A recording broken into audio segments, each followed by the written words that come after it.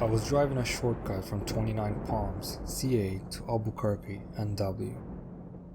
29 Palms is located in the desolate high desert east of LA. The shortcut was all two-lane road through total nothingness, except for passing through Amboy, CA. Amboy is a nearly abandoned town nearly as far below sea level as Death Valley, with a dormant volcano and lava field on one side and a salt flat on the other. It was also, at the time, a hotspot for satanic group activity. So I was driving by myself in the afternoon. I stopped in Amboy and snapped a picture of the city sign, just to prove I was there to friends who dared me to take that route to I-40. I got back in my car and proceeded to drive up into the mountain range between Amboy and I-40. Once I reached the top, I'm driving north through a canyon with high grass on both sides of the road. Up ahead I see some stuff in the middle of the road. As I approach, I slow down to see a red Pontiac Fiero stopped sideways across both lanes. A suitcase open with clothes scattered everywhere and two bodies laying face down in the road. A man and a woman. I stop 100 feet or so away and the hair on the back of my neck is standing up. Being a Marine, I reach under the seat and pull out a 9mm pistol and chamber a round. Something seemed very wrong. It looked too perfect, as if it were staged. An ambush? Was I being paranoid? Something was just wrong. Getting out of the car seemed unthinkable. It was the horror movie move. As I scanned the road, I saw a line I could drive. Past the guy in the road on his left, swerve to the right side of the woman, behind the Fiero, and I'd be on the other side.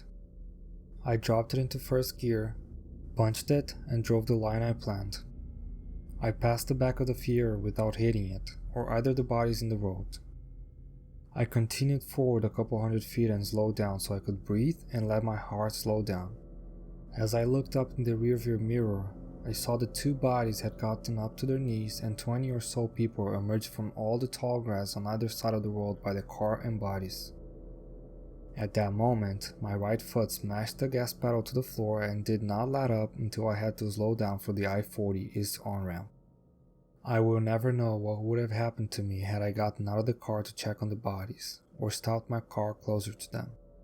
Somehow, I do not think it would have been good. Sometimes, real life can be scarier than a movie. Once, when I was still too young to drive, my mom came to pick me, my sister, and our friend from a concert at a local bar. It was around 2 a.m. As we're driving back to our neighborhood, which was in the middle of the bumfuck nowhere. Seriously, we didn't even live close to the city limits. There weren't any streetlights near our neighborhood, or really for a 5-mile span around where we lived. So it was always pitch black. We're driving along the street when we come up over a hill, and my mom starts slowing down. Naturally, we start asking her why we're slowing down, and she points ahead to the road at the bottom of the hill and tells us she's trying to figure out what's happened up ahead. We look, and all I can see is this huge mass of people walking around in the middle of the road, completely blocking it. Someone even had a torch, I shit you not. My mom slows down almost completely and starts flickering her lights, hoping they'll move. But they don't. So she did a quick U-turn and we went a different way. To this day, I still have no idea what those people were doing.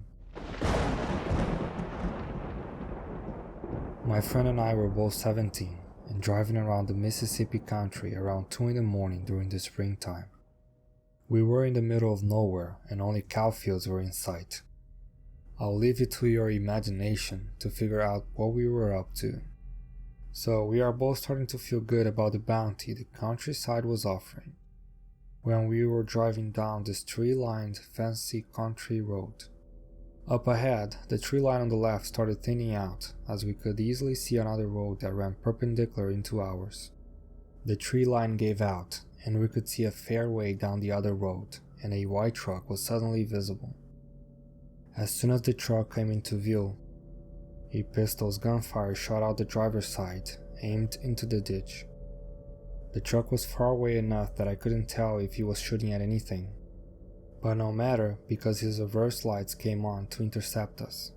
I floored my 10-year-old Honda Accord and the engine started sputtering, trying to pick up speed. The slight incline I was driving up wasn't making efforts any easier. The truck flew in reverse up his road onto ours and began shooting at us. We were maybe an eighth of a mile away, and bullets were flying all through the trees. It took forever to cross the hill, and my heart never stopped pumping. The car never stopped accelerating, however much he wanted to resist. We broke every single traffic law in the hour and a half it took to get back home. Many times I've wondered what could he be possibly been shooting at in the ditch. A body? I don't know. But whatever it was, apparently it warranted him shooting at us as well.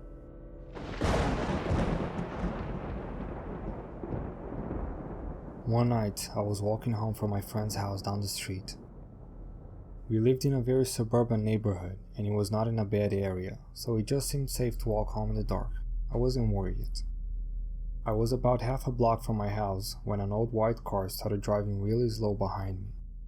I picked up the pace a little, and the car pulled up next to me, driving alongside of me. The passenger window rolled down. It was two black men, and I shit you not. The driver was wearing a purple suit and some kind of purple hat, and the guy riding shotgun wasn't wearing a shirt. He could have been naked for all I know. The driver yelled at me to get into the car, as the passenger grabbed my arm and started to pull me towards the car.